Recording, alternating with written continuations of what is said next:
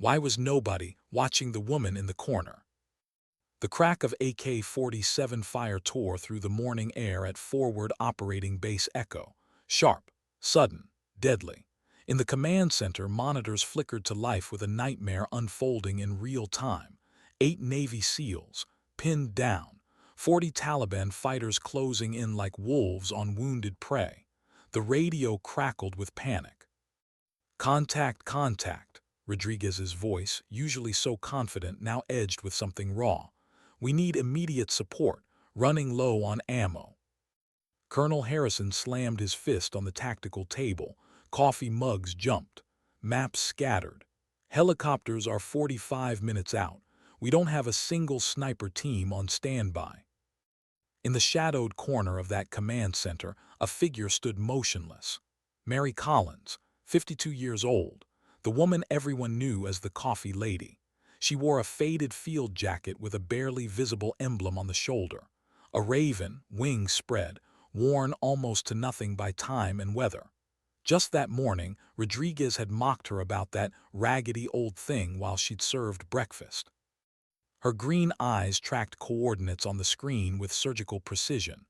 Ridge 447, 1,200 meters, the perfect angle, the one nobody else in that room had recognized. Mary turned, melted into the darkness beyond the doorway. Not a single person noticed her departure. They were all too consumed by catastrophe unfolding on their screens, too focused on the dying men to notice the living ghost walking out.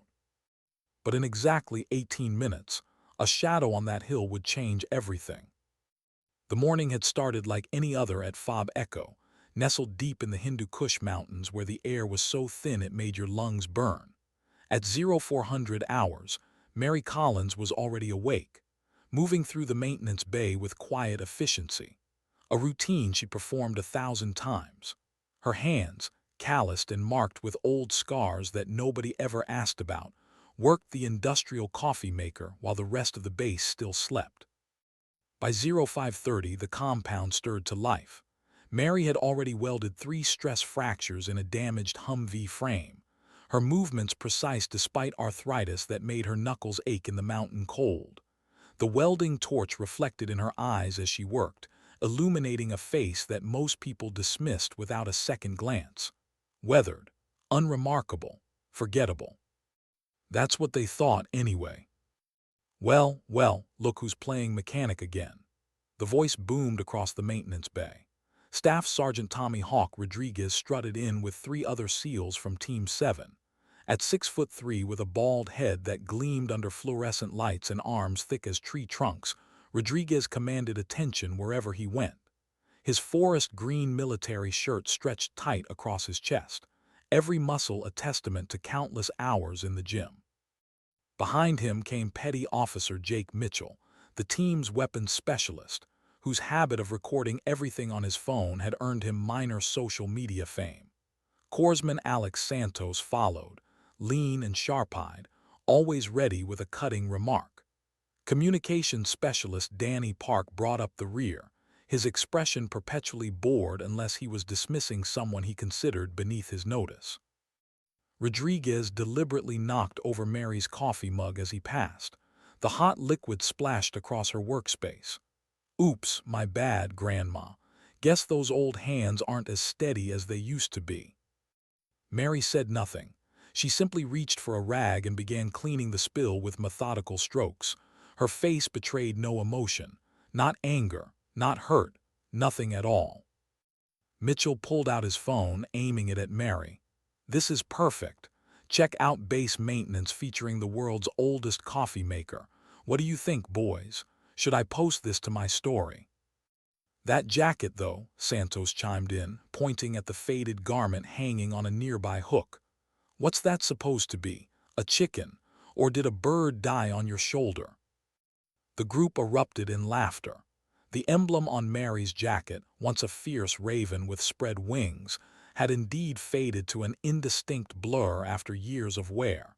She continued cleaning. Her silence only seemed to encourage them. Park glanced at the Humvee frame she'd been working on. "You know, There's a reason we have actual engineers for this stuff. Playing with tools doesn't make you useful. The SEALs moved through the bay like they owned it, which in their minds they did. They were the tip of the spear, America's finest, while Mary was just there, background noise, part of the furniture.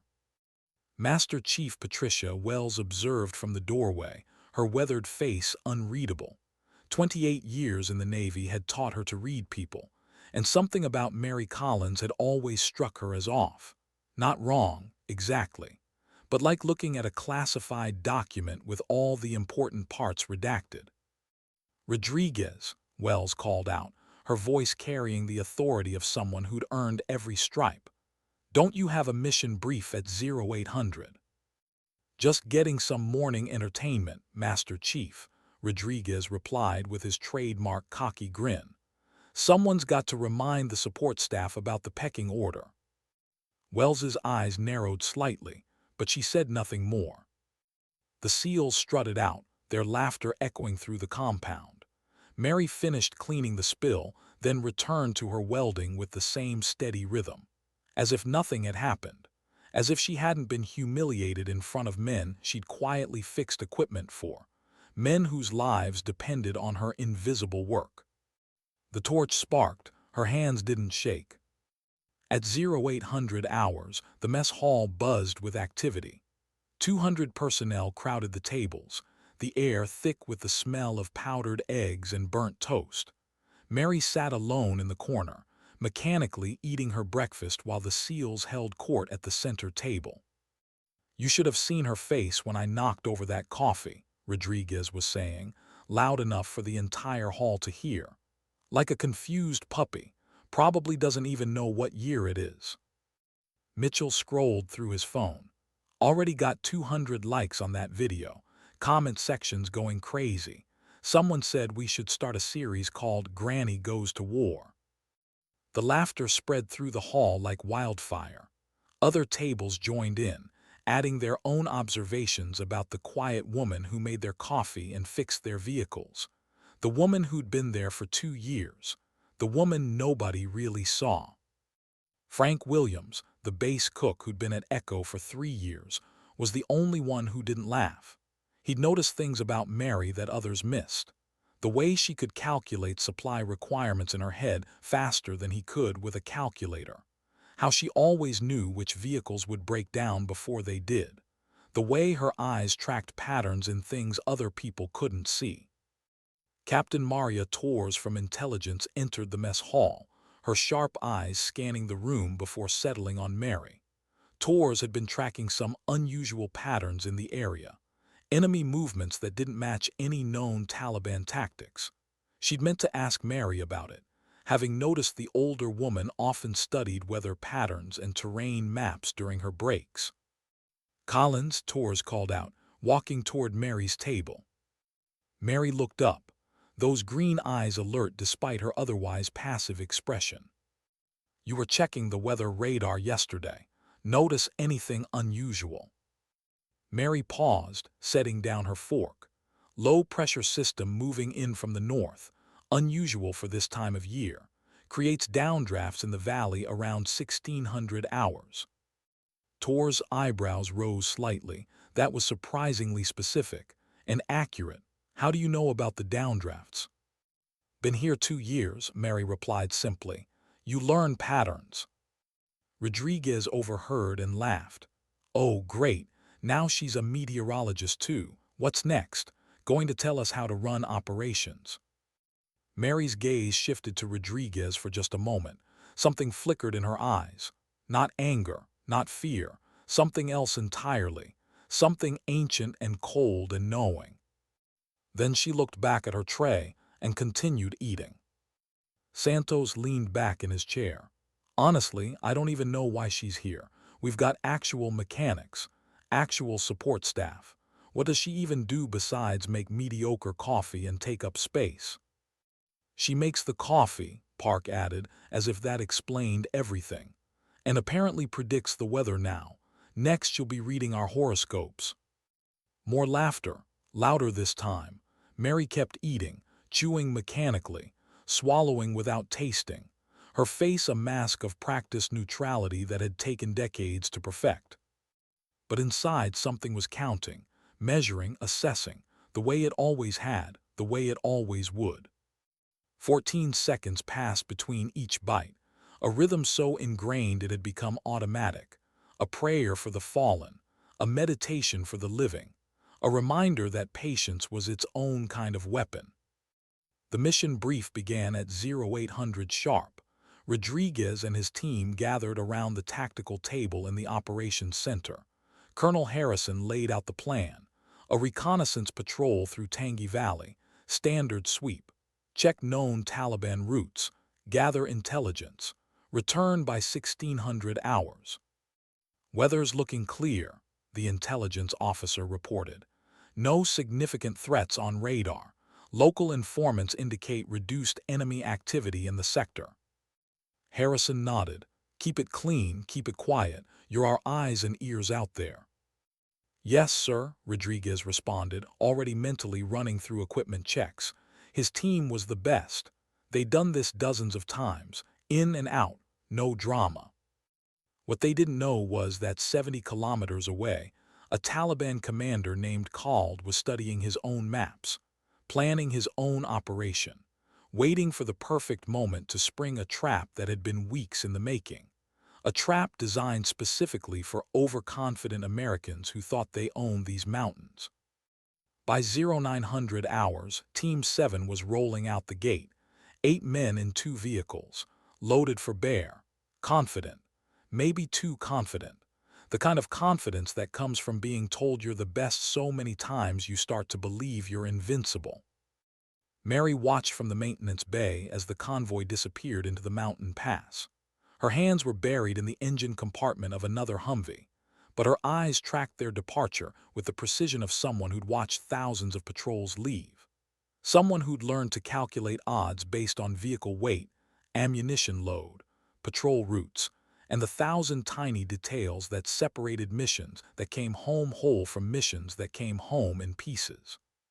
She didn't say anything, didn't warn them, didn't share the calculations running through her mind, because she was just the coffee lady, and coffee ladies didn't have operational opinions. The welding torch sparked again, 14 seconds of silence, then back to work. What happened in Tangi Valley would later be studied in tactical schools, analyzed in after-action reports, debated by strategists who'd never set foot in those mountains. But in the moment, it was just chaos. Rodriguez's convoy rolled into the valley at 10:30 hours. The road ahead looked clear, narrow, rocky, standard terrain. They'd been through worse. The radio chatter was casual, relaxed. Mitchell was probably already thinking about what he'd post online when they got back. Then the world exploded. The first IED detonated under the lead vehicle. Not enough to destroy it, but enough to stop it cold, disable it, pin it in place. Before the team could react, automatic weapons fire erupted from 3 sides, a textbook L-shaped ambush. 40 Taliban fighters emerging from concealed positions in the rocks, professional, coordinated, deadly. Contact, contact, Rodriguez's voice over the radio, no longer cocky, no longer confident, just desperate. We're taking heavy fire, multiple casualties, vehicle disabled. The team scrambled for cover, returning fire, calling in their position, running through ammunition faster than they'd expected because the enemy kept coming, kept shooting, kept pressing the attack. Mitchell's phone was forgotten in his vest pocket. No time for videos now, no time for social media, just survival, pure and simple. Santos took a round through the shoulder, went down hard. Park was dragging him behind cover when another burst of fire nearly took his head off. They were surrounded, outnumbered, running out of options. Back at Fob Echo, the command center erupted into controlled chaos. Colonel Harrison was on every radio frequency, trying to coordinate a response, trying to find assets, trying to save his men. Helicopters are 45 minutes out, someone reported. QRF is mobilizing but won't reach them in time. Harrison's face was grim. 45 minutes might as well be 45 hours. His men were dying, right now. On screens he could see but couldn't help. "Do we have any sniper teams on standby?" he demanded. "Negative, sir. Everyone's committed to other operations or in transit." The room went silent, the kind of silence that comes when trained professionals realize they're out of options, when the best equipment and the finest training and all the technology in the world can't change simple mathematics. 8 men versus 40, 1,200 meters from the nearest high ground, ammunition running low, casualties mounting, time running out. In the corner of that command center, Mary Collins stood motionless, watching the coordinates flash on the screen, calculating angles nobody else could see, measuring distances in her mind with the precision of instruments that cost millions of dollars. Ridge 447, 1,200 meters, wind coming from the northeast at 8 knots, temperature differential creating mirage at ground level, downslope wind at the target area, bullet drop compensation required. Coriolis effect minimal at this range but still measurable. Spin drift to account for. Her hands didn't shake, they never did, not when it mattered. She turned, walked toward the door. Nobody noticed. They were all staring at screens, watching men die in real time, powerless to stop it, too focused on the crisis to see the solution walking out. Mary moved through the base with purpose now. No longer the shuffling coffee lady, something else. Something that had been dormant but never dead, asleep but never gone. She reached her quarters. From beneath her bunk she pulled a long, hard case. Dusty, unremarkable, the kind of case that could hold tools or spare parts or any of 100 mundane things. Inside was anything but mundane. The rifle was a work of art, custom-built, hand-fitted, modified and refined through thousands of hours of use. A Remington 700 action, Macmillan stock, Nightforce scope, every component selected for a single purpose, precision at extreme range. Next to it, wrapped in oiled cloth, was something else. A patch, black fabric, silver thread, a raven with spread wings, not faded, not worn, sharp and clear and undeniable. She pinned it to her jacket, over the faded one, covering the ghost with the truth. Then she grabbed ammunition, not standard issue, match grade, hand-loaded, each round weighed and measured and perfected. She'd made them herself. 2 years of secret work in the quiet hours when everyone else slept, preparing for a day she'd hoped would never come. Mary Collins walked out of her quarters, through the base, past soldiers who still didn't really see her, still didn't understand what was happening. She commandeered a utility vehicle. Nobody stopped her. Nobody questioned. Why would they? She was just Mary, going somewhere, doing something, probably maintenance-related. She drove toward Ridge 447, fast, but not recklessly. The route was already mapped in her mind. She'd walked every meter of it during her morning exercise over the past 2 years, had timed herself, knew exactly how long it would take, knew which paths offered concealment, which rocks provided stable shooting positions.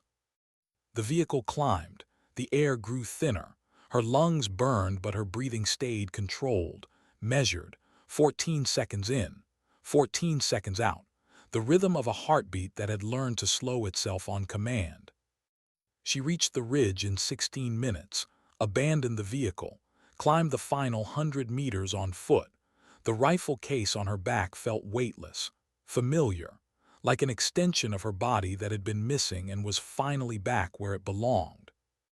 At the top she found her position, a flat rock, natural cover, perfect sight line to the valley below. She could see the firefight, tiny figures exchanging fire, the disabled Humvee, the SEALs fighting for their lives, the Taliban closing in.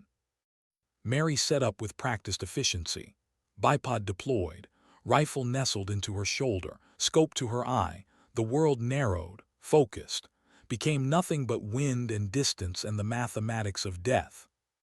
She ranged the first target, 1,240 meters, adjusted for wind, for temperature, for the altitude and the angle and the thousand variables that turned shooting into science and science into art. Her finger rested on the trigger, light, gentle, the way you'd touch something precious. Then she squeezed. The shot echoed across the valley like thunder from a clear sky. 1,240 meters away, a Taliban fighter's head snapped back. He dropped instantly. The fighters around him froze, confused, terrified. They'd been shooting down at trapped Americans. Now something was shooting down at them, from somewhere, from nowhere. Mary chambered another round, the bolt smooth, mechanical, perfect. Found another target, leading the assault on the Humvee, breathing out, squeezing, another shot, another body falling. The mathematics working exactly as they always had, as they always would. In the valley, Rodriguez saw the enemy dropping, didn't understand, couldn't see where the shots were coming from, but training took over. "Sniper support," he shouted. "We've got sniper support, press the attack." Team 7 rallied, found cover, started returning fire with renewed hope. They weren't alone anymore. Someone had their backs, someone invisible, someone deadly. On the ridge, Mary worked with mechanical precision. Shot, bolt, breathe, find target, calculate, adjust, shoot. Each round a prayer, each kill a promise kept. The rhythm she'd practiced 10,000 times, in jungles, in deserts, in mountains exactly like these. The Taliban started to panic. Their ambush was failing. Their numerical advantage meaningless against an enemy they couldn't see, couldn't locate, couldn't fight. They began to retreat, scrambling back to positions they'd abandoned, dragging wounded, leaving dead. Rodriguez and his team pressed forward, securing positions, stabilizing casualties. Mitchell was already on the radio calling in coordinates for extraction, his voice shaking not with fear but with adrenaline and disbelief and the kind of gratitude that comes from being saved when death was certain. Mary fired her 18th shot, the last hostile target in range. Then she lowered the rifle, watched through the scope as the SEALs regrouped, as they checked each other for wounds, as they realized they were alive when they should have been dead. She didn't smile, didn't celebrate, just began breaking down her position, wiping away any trace she'd been there, packing the rifle, the discipline of decades, the instinct of someone who'd learned long ago that ghosts leave no evidence. By the time the helicopters arrived, Mary was already driving back to base, the rifle case secured, the patch removed, the faded jacket back in place, just the coffee lady again, coming back from wherever she'd gone, doing whatever she'd been doing. She parked the utility vehicle exactly where she'd found it, walked back to her quarters, stowed the rifle case under her bunk, changed into her work clothes, washed her hands until they looked like they'd been holding wrenches instead of a rifle. Then she walked to the coffee maker and started a fresh pot, because it was almost 1600 hours, and soldiers would be coming back soon, and they'd be thirsty, and somebody had to take care of them. When Rodriguez's team finally rolled through the gate 2 hours later, the base erupted, cheering, clapping, celebrating men who should have been dead. Colonel Harrison was there personally, Master Chief Wells, half the base, everyone wanting to see the survivors, to hear the story, to touch proof that miracles still happened. "Who was the sniper?" Harrison demanded. "I need a name, I need to thank them, I need to put them in for a commendation." Rodriguez shook his head, exhausted, bewildered. "We don't know, sir. They were on Ridge 447, perfect position. 18 confirmed kills, saved our lives, but we never saw them, never made contact, they just disappeared." Harrison ordered immediate investigation, but the ridge was empty when patrols arrived. No brass casings, no disturbances, no evidence anyone had ever been there. Just rocks and wind and the ghosts of 18 men who'd learned too late that these mountains belonged to someone else. In the maintenance bay, Mary Collins worked on a broken generator, her hands steady, her face calm. The welding torch sparked and she counted. 14 seconds, a rhythm, a prayer. A reminder that some things never change even when everything does. She didn't attend the celebration, didn't join the crowd, just worked, quiet, invisible, exactly the way she preferred it, the way she'd chosen, the way she'd earned. Because sometimes the strongest person in the room is the one nobody's looking at. And sometimes dignity doesn't announce itself. It simply acts, then fades back into shadows where it's always belonged. Rodriguez found her there at 2200 hours. The bay was dark except for her work light. She was finishing the generator repair, not because it was urgent, just because she'd started it and finishing mattered. He stood in the doorway for a long moment, watching her work, this woman he'd mocked, this person he'd dismissed, this ghost who'd saved his life. "Mary," he finally said, quiet, respectful, the word carrying weight it never had before. She looked up, those green eyes meeting his, and for just a moment he saw something else. Not the coffee lady, something ancient and dangerous and unbearably sad. "Rodriguez," she replied, even calm, "congratulations on making it back." He stepped into the bay. That sniper on Ridge 447, 18 shots, 18 kills, perfect precision under impossible conditions. He paused. There aren't many people in the world who can make those shots. "No," Mary agreed, "there aren't." "There are rumors," Rodriguez continued, "about a Delta Force operator, years ago, called Raven 9. 37 confirmed kills in a single deployment, the ghost of Tangi Valley, the deadliest sniper most people have never heard of." He moved closer. "The rumors say Raven 9 disappeared 3 years ago, vanished after a mission nobody talks about. Some say killed in action, some say retired, some say they're still out there, somewhere, watching." Mary set down her tools, stood. She was shorter than Rodriguez, older, weathered by time and pain and choices that left scars deeper than any wound. "Rumors are just stories people tell themselves," she said, "to make sense of things they don't understand." "Are they?" Rodriguez asked. He pulled something from his pocket, a photo, grainy, old, classified material he definitely shouldn't have. It showed a soldier in full tactical gear, face obscured, but on the shoulder, clear as day, was a patch, a raven with spread wings, and beneath it the number 9. Mary looked at the photo, then at Rodriguez. Her expression never changed. "If such a person existed," she said slowly, "they would have had their reasons for walking away, for choosing a different kind of service, for believing that making coffee and fixing trucks and being invisible mattered just as much as pulling a trigger. And if that person was standing here right now," Rodriguez said, his voice thick with emotion, "I would want them to know that what they did today saved 8 lives, that those 8 people are sons and brothers and fathers, that because of them, families won't get the knock on the door, that because of them, children will grow up knowing their fathers." Mary was quiet for a long moment. When she spoke, her voice was soft, almost fragile. "And I would want them to know that every life matters, not just the ones with rifles, not just the warriors, but the cooks, the mechanics, the support staff, the people nobody sees, the ones doing the quiet work that keeps everyone else alive." She picked up her tools, started gathering them, the conversation apparently over, but Rodriguez couldn't let it end. "Why?" he asked. "Why hide? Why let people like me treat you that way when you could have shut me down with a single word?" Mary stopped, her back to him.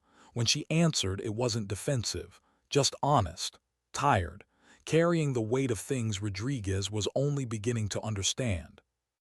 "Because respect that's demanded isn't respect at all, it's just fear wearing a different face."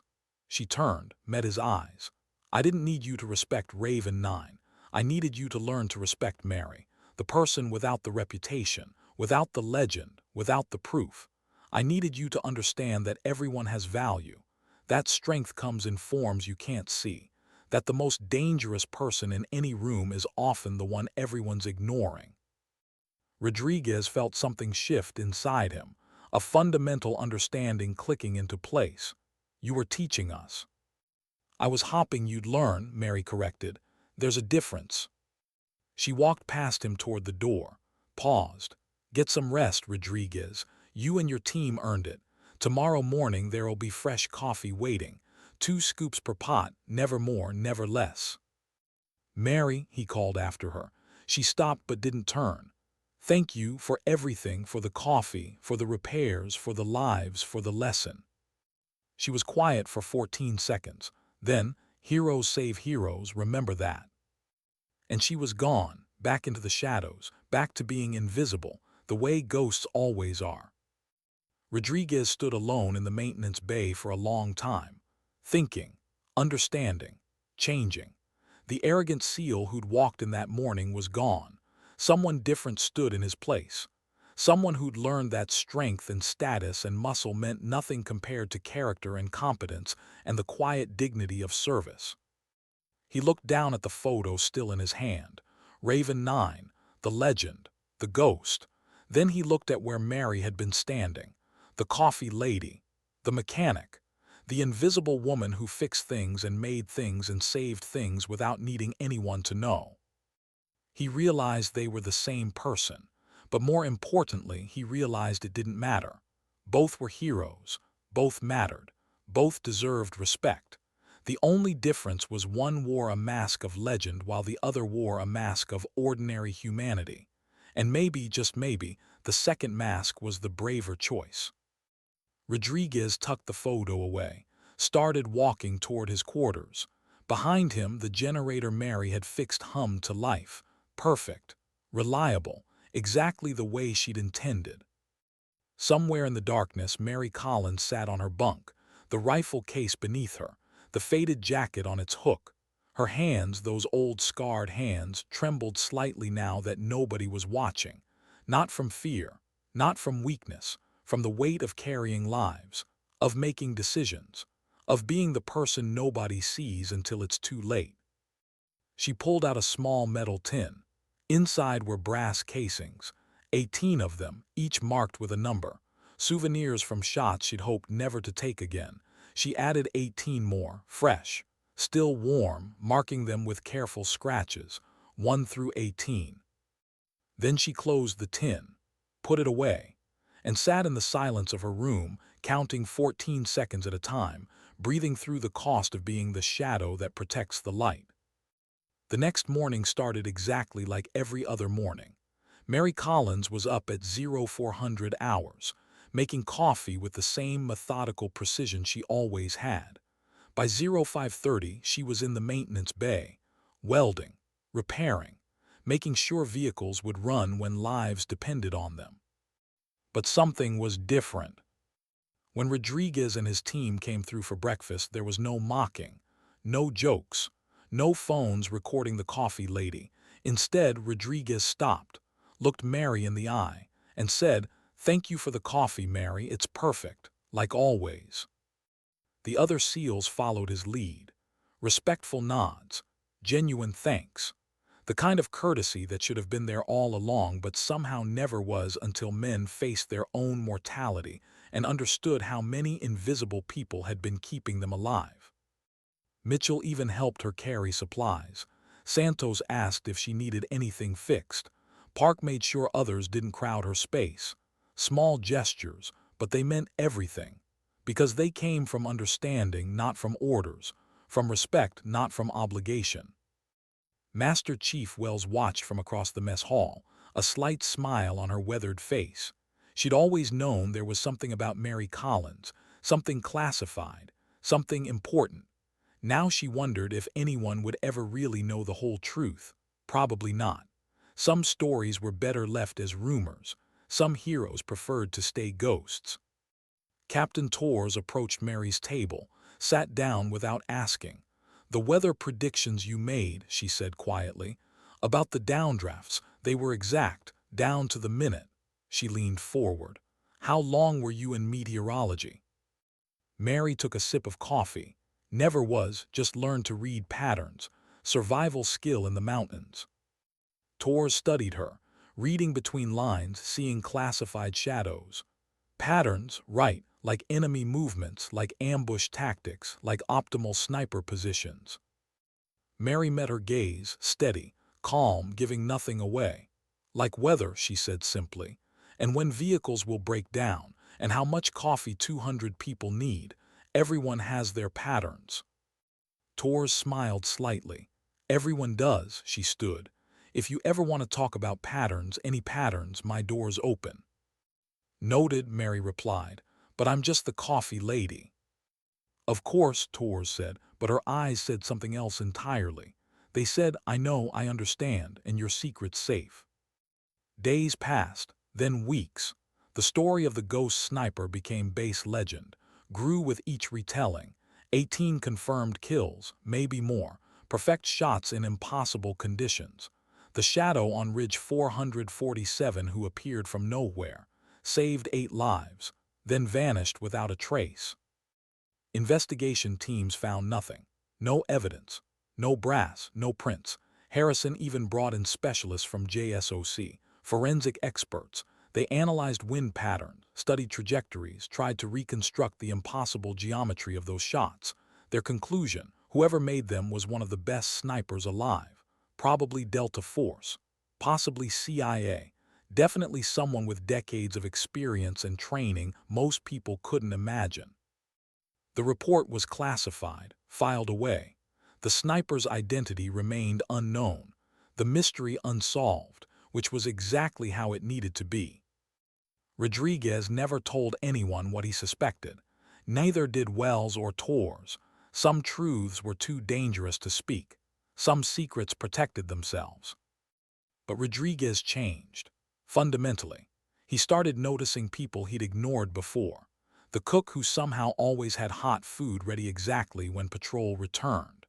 The supply clerk who anticipated needs before they were requested. The translator who picked up subtle dialects nobody else caught. The medic who stayed late rechecking equipment. The dozen invisible people doing critical work without recognition or praise. He started thanking them, learning names, asking about their lives, treating them like the essential personnel they'd always been.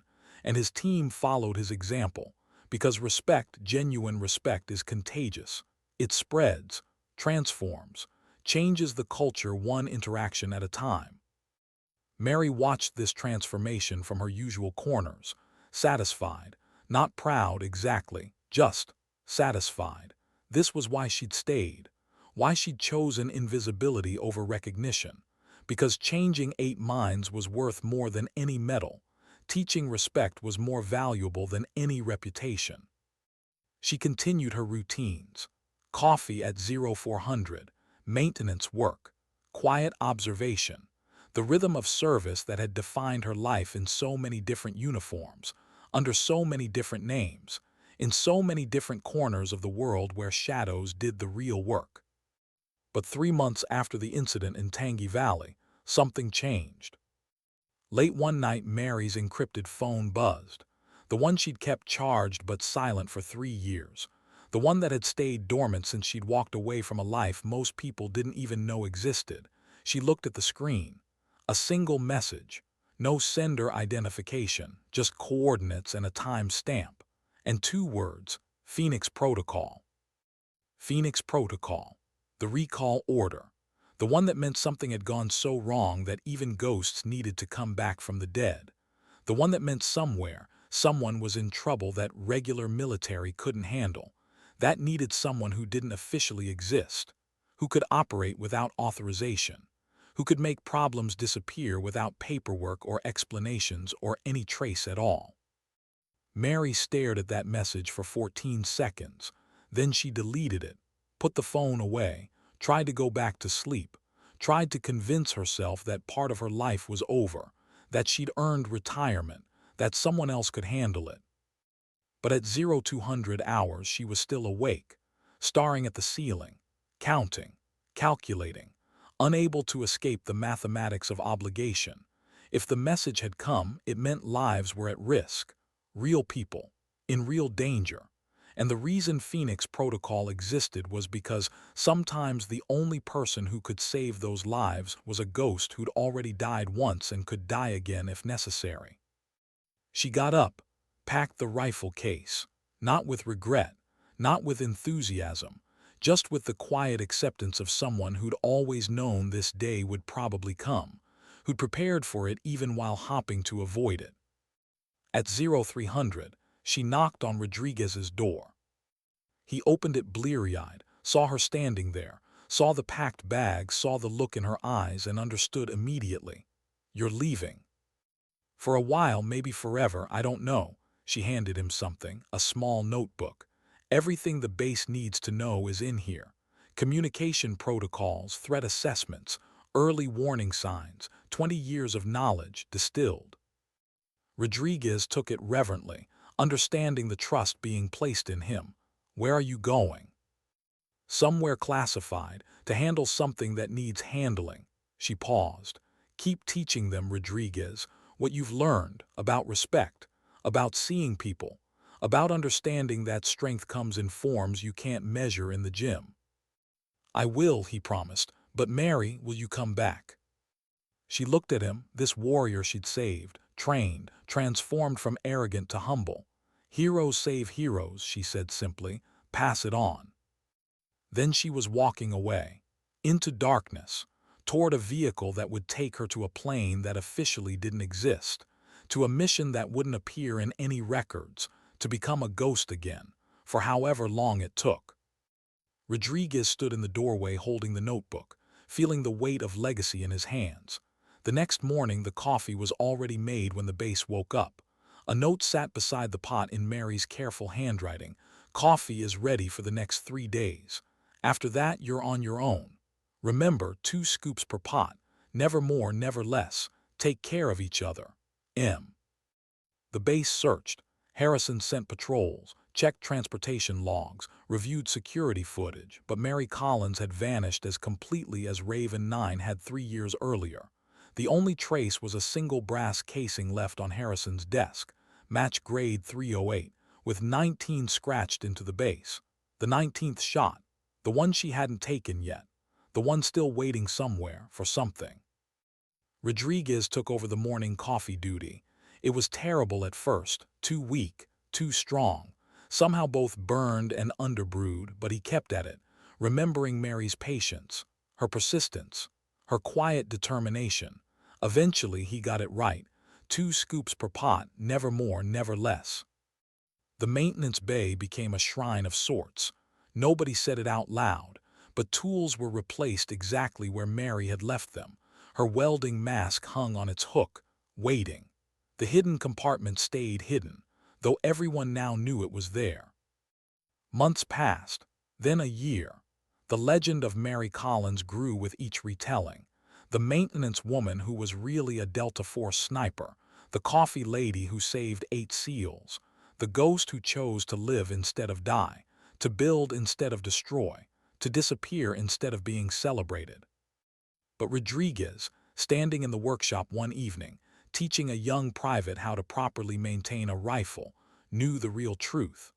Mary Collins wasn't a legend or a ghost or even a hero in the traditional sense.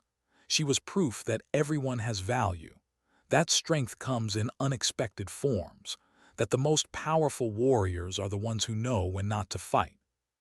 As he worked, he found himself counting. 14 seconds between each instruction, a rhythm he'd inherited without realizing it, a prayer for the fallen, a promise to the living, a legacy written not in medals or commendations but in the quiet acts of service that kept the world turning. Outside, the sun set behind the mountains, painting them the color of old blood and new hope. Somewhere, Mary Collins continued her work, invisible and invaluable, a shadow that protected from the darkness. The war would continue. Soldiers would deploy and return, some whole, some broken, some not at all. But at Fob Echo, something had fundamentally changed. They looked at each other differently now, understanding that the person serving coffee might be the one who saves your life, that true strength was sometimes disguised as weakness, that heroes didn't always wear uniforms or carry weapons. And on a ridge somewhere in mountains nobody could name, a woman with green eyes and steady hands counted to 14, then squeezed a trigger, then counted again, protecting people who would never know her name, never see her face, never understand the debt they owed to a ghost who chose humanity over reputation, service over recognition, love over glory. Because in the end, that's what heroism really is. Not the loud kind, not the obvious kind, but the quiet kind that shows up at 0400 hours to make coffee, that fixes broken things nobody else notices, that takes impossible shots to save ungrateful lives, then fades back into shadow without asking for anything in return. Rodriguez closed the workshop for the night, but before he did, he performed what had become a ritual. He placed a single brass casing on the workbench, not from any significant shot, just a training round from the range. It was his promise to remember, to carry forward what he'd learned, to see the Mary Collins in everyone he met. Somewhere in darkness beyond any base, a phone buzzed with a new message. Phoenix protocol complete, 23 lives saved, Raven returning to nest. But Mary Collins never returned to Fob Echo. She became the wind that whispered through the mountains, the shadow that fell across the valley at sunset, the ghost story that reminded soldiers to respect everyone, value everyone, protect everyone, because heroes save heroes. And sometimes the greatest hero is the one nobody sees coming, the one whose weathered hands shake not from fear but from old wounds earned in places whose names are still classified, the one who chose to trade a sniper scope for a wrench, not because they couldn't fight anymore, but because they understood that building is harder than destroying, creating is harder than killing, living is harder than dying. They walk among us disguised as ordinary people, their extraordinary nature hidden beneath worn clothing and tired eyes. They have learned that true power isn't in being recognized, but in recognizing others. They understand that the highest form of warfare is preventing the fight altogether. The coffee maker, the mechanic, the invisible person in the corner doing work nobody celebrates. Sometimes that person is carrying more weight than any rifle, fighting more battles than any soldier, saving more lives than any mission. And if we're wise, if we're lucky, if we're humble enough to learn, we'll understand this truth before it's too late. Dignity doesn't speak.